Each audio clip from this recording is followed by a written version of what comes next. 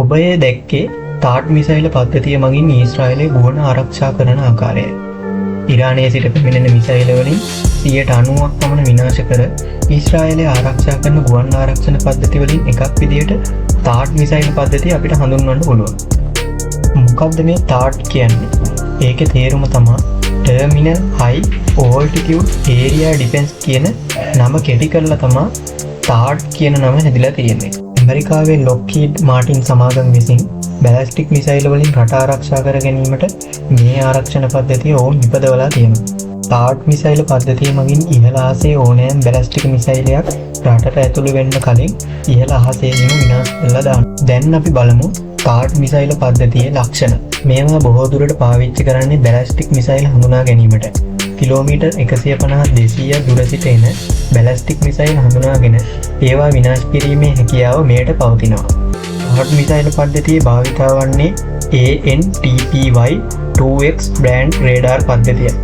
මේ මගින් ඈත සිට එන බැලිස්ටික් මිසයිල් හා ඩ්‍රෝන් යන පැහැදිලිව හඳුනාගෙන විනාශ කිරීමේ හැකියාවක් මේවට පවතිනවා. දැන් අපි බලමු තාඩ් මිසයිල් පද්ධතියේ ක්‍රියාකාරීත්වය. පළවෙනි එක තමයි රේඩාර් පද්ධතිය මගින් මිසයිලය හඳුනා ගැනීම. ANTPY-2X බ්‍රෑන්ඩ් රේඩාර් පද්ධතිය මගින් කිලෝමීටර් 200ක පරාසයක සිට පැමිණෙන මිසයිල මෙයා මගින් මුලින්ම හඳුනා ගැනීම සිදු කරනු ලබනවා. දෙවැනි එක තමයි කමාන්ඩ් ඇන්ඩ් කන්ට්‍රෝල්. මෙහිදී සිද්ධ වෙන්නේ මේ පද්ධතිය මගින් තීරණය කරනවා ඔන්න අපේ පැත්තට මිසයිලයක් එනවා. දැන් අපි පහර දීමට සූදානම් විය යුතුයි කියලා. තුන්වෙනි එක තමයි ඉන්ටර්සෙප්ටර් මිසයිල් එක ක්‍රියාත්මක කිරීම. මෙහිදී ඉන්ටර්සෙප්ටර් මිසයිල් එක රඳවලා තියෙන පද්ධතියෙන් එම මිසයිල් එක දියත් කිරීම මෙහිදී සිද්ධ වෙනවා. හතරවෙනි එක තමයි සතුරාගෙන් පැමිණෙන බැලිස්ටික් මිසයිලය විනාශ කිරීම.